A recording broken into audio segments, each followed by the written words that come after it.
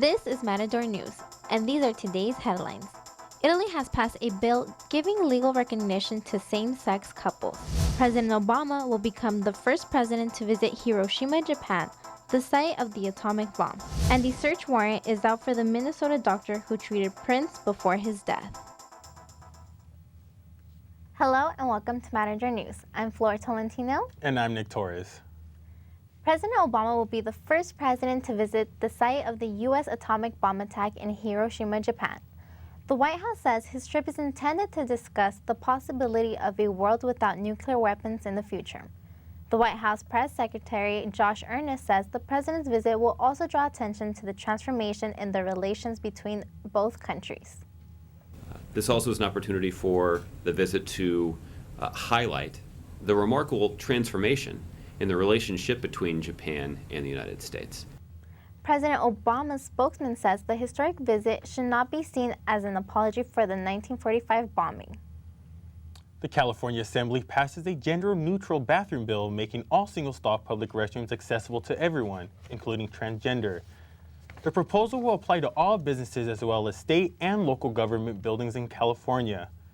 Meanwhile, in North Carolina, the governor has signed a bill restricting transgender individuals from using the restroom for the sex with which they identify.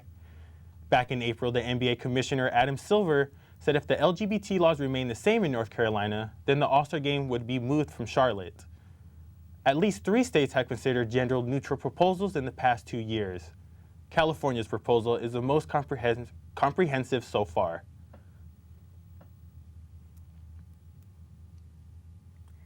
CSUN is recognizing a record number of graduates this year.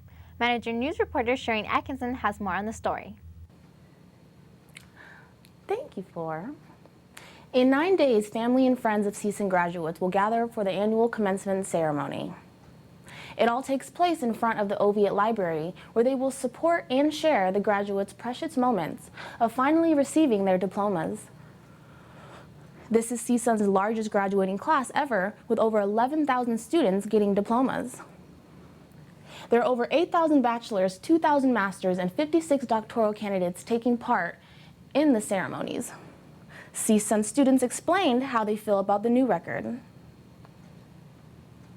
Honestly, I feel like it's a great thing that 11,000 students are actually graduating, because I feel as if the school is impacted right now. I suppose it's a good thing. It makes the school look good, more credibility to a degree from CSUN. Really exciting, I feel. I mean, if I was in a graduate's shoes, I'd be extremely excited. And I think it's really good for CSUN to know that it's one of the largest, graduating classes. But then it does make me feel that, a new class is coming in and they will be taking just as much room as everyone else. Well, just looking at the numbers, I guess is a good thing, but I never really thought about what an average graduating class size is, so when you told me 11,000, I was like, okay, sure, that sounds about right.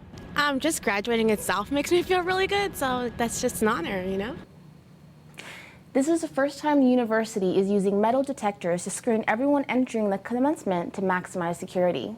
Officials are asking those attending to arrive at least 90 minutes early to ensure the process runs smoothly. Commencement celebrations begin May 20th, so graduates, don't forget to stop by the bookstore to pick up your cap and gown. Now back to Nick in the studio. Up until today, Italy was the last major Western country not to legally recognize same-sex partnerships. Last year, the European Court of Human Rights ruled that Italy was in violation by not offering enough legal protection for same-sex couples. Today, the Italian parliament ruled in favor of recognizing same-sex partnerships as law. Couples will now be able to take each other's names and inherit each other's remaining pension rights.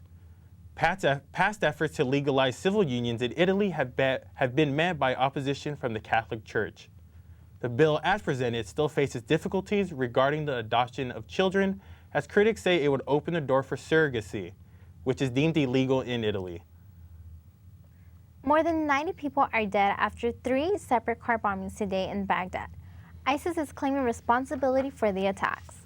The first bombing was made at a market in Sadr City. Police say the explosives were hidden under the fruit and vegetables in a loaded pickup truck.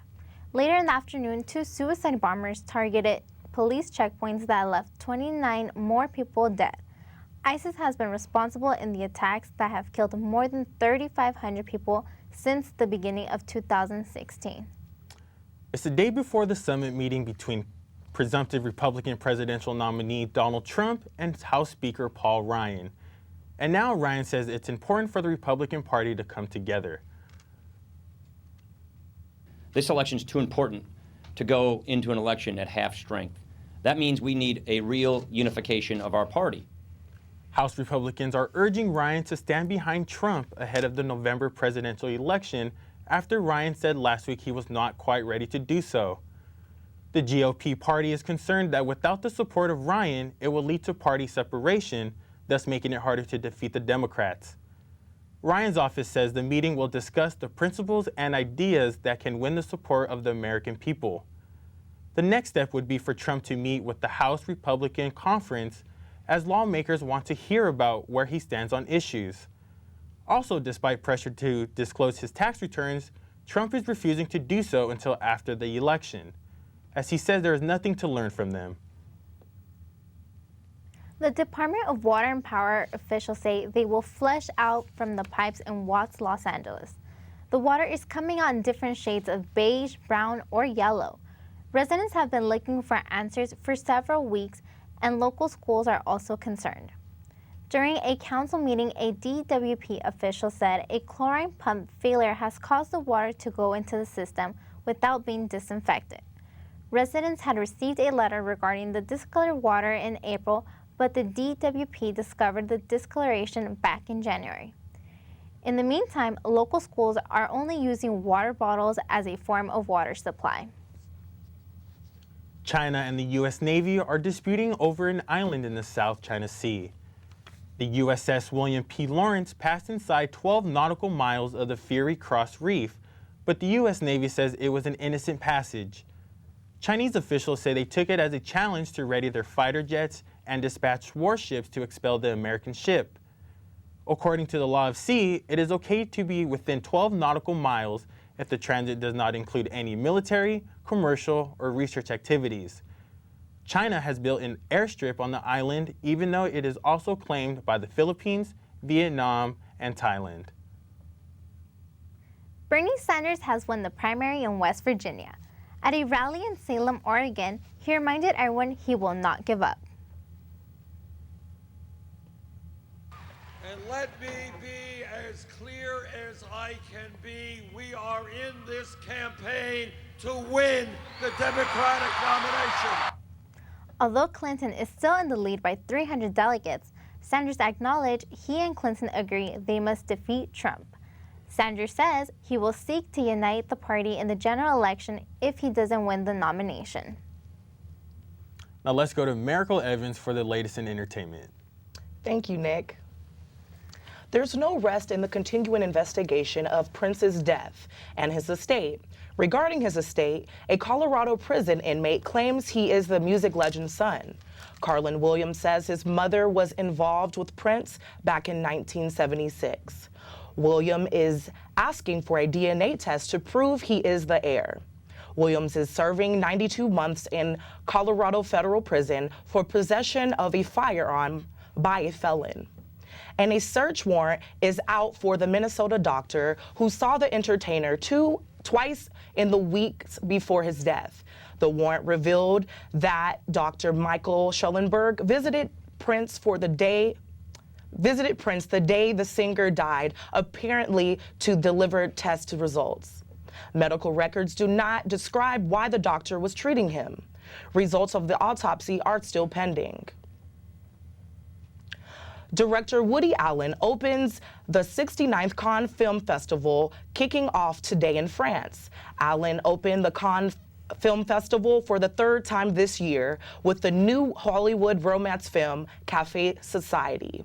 But just minutes before the news conference, Allen's son, Ronan Farrow, posted an article on The Hollywood Reporter.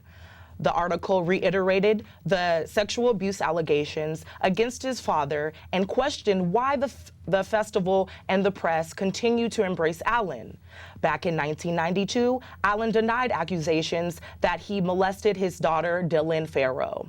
He was never charged.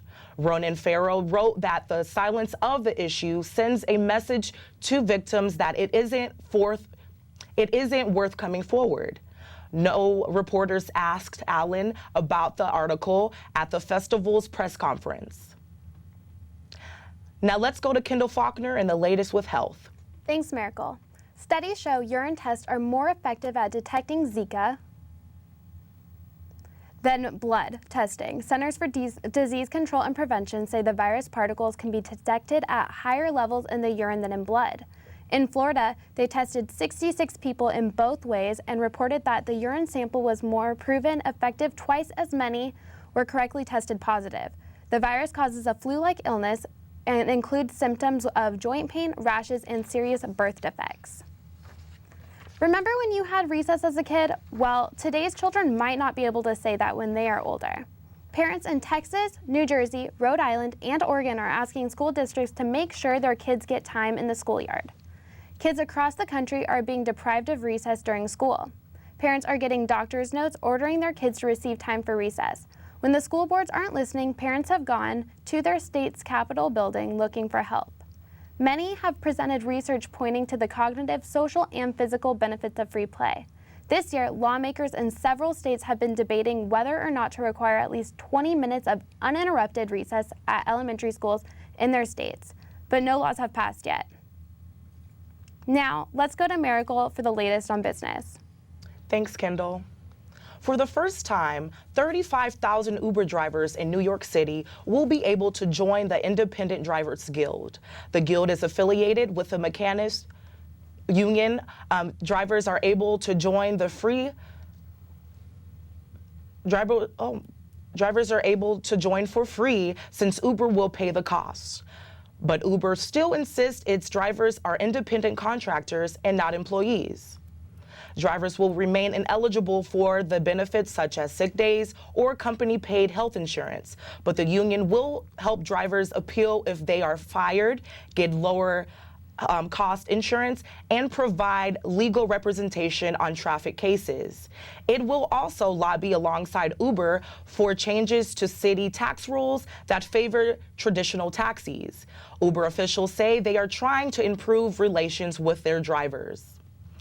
Disney has laid off 300 people and plans to shut down its Infinity line of video games. Most of the people who were laid off are based in Salt Lake City at Disney's game studio, Avalanche Software. Sources say Disney documented a loss of $147 million, mainly for the unsold inventory for the most recent quarter. Disney and the company determined it was better to license characters than develop video games. On the other hand, all isn't bad at the happiest place on earth. Disney movie profits skyrocketed thanks to Zootopia and Star Wars. Zootopia made almost $1 billion around the world, and Star Wars made more than $2 billion. Now back to Kendall for the latest in sports. Thank you. For a second season in a row, Golden State Warriors Steph Curry wins Most Valuable Player. The 28-year-old unanimously won with 131 votes across the board. He has become the first player to win unanimous votes for the NBA MVP. He said it's great to be recognized. It makes me appreciate the game because when I fell, it could have been, significantly worse. I feel blessed to have got the news I did after my MRI and be able to be back on the court as of yesterday. So every single game I try not to take for granted because you never know what could happen. Curry is the first two-time winner in franchise history. This season, Curry put his three-pointer record to shame from 286 to 402. He has been a favorite since a record-setting start to the season 24-0. He also led the Warriors to the record-breaking winning streak of 73 games in the NBA season since the 1995 Chicago Bulls. Tonight, the Warriors are playing the Portland Trail Blazers in Game 5. The Warriors have a 3-1 lead right now, and the Trailblazers season is on the line. The win or go-home game starts at 7:30. The 2-game winning streak for the Los Angeles Dodgers came to an end Monday night against the New York Mets when they lost 2-4. But Dodgers' Trace Thompson was not ready for another loss last night's game in Game 2. With 2 outs in the bottom of the ninth, the center fielder stepped up to the plate to pinch hit for Kenley Jansen. He hit a walk-off solo home run to give the Dodgers a 3-2 win against the Mets. Prior to that, the Dodgers took an early lead in the bottom of the first with a 2-0 score. The Mets quickly responded in the top of the second with 2 runs. The ballgame remained tied all the way until Thompson hit a bomb to left center. The Dodgers end the series against the Mets tonight at 7:10. With finals approaching, CSUN students have different ways of dealing with stress. Let's go to Matador News reporter Sanestina Hunter for more on this story. Thank you, Kendall. This time of year can be highly stressful for students. Many find there are simple ways to reduce stress. CSUN's Crunch Time encouraged students to relax during finals by presenting alternative ways to cope. The University Student Union events Supervisor Sorenson says, "We're giving students a spa day to feel." Is our finals week support event. It's our event to just support all of our students as they're embarking throughout their finals week. We have numerous activities. For 2 weeks, Crunch offers snacks, coffee, 5-minute back, face, and foot massages, sugar scrubs, and mini facials. Here are some other ways students deal with stress. I'm gonna go in there and try to get a free Scantron, some snacks. Maybe they have tea. They had tea yesterday. And then go probably just do some studying right now. To deal with finals, I listen to a lot of music, eat good food that keeps me energetic throughout the day, and just stay focused and organized, keep everything on a time schedule. I just try to relax, take it one step at a time. Try not to overwhelm myself, but I just feel like everything just came crashing down on me. So I don't know, hopefully I pass my classes. Services are available from Monday the 9th through May the 19th. NASA scientists say they have found more than 1,200 new planets, including 9 more rocky planets that could hold alien life. They confirmed the discovery of the new planets outside our solar system. The 9 planets in the habitable zone are what caught the scientists' attention. One of the new planets, the Kepler 1638b, is about 60% larger than Earth with an orbit of 259 days. If it were in our solar system, it would be between Earth and Venus. The Kepler spacecraft had been looking for Earth-like planets since 2009 and recently discovered 12 new candidate planets in the so-called Goldilocks zone, meaning they are not too cold or too hot to sustain life. Thank you for watching Matador News. I'm Flor Tolentino. I'm Nick Torres. I'm Miracle Evans. And I'm Kendall Faulkner.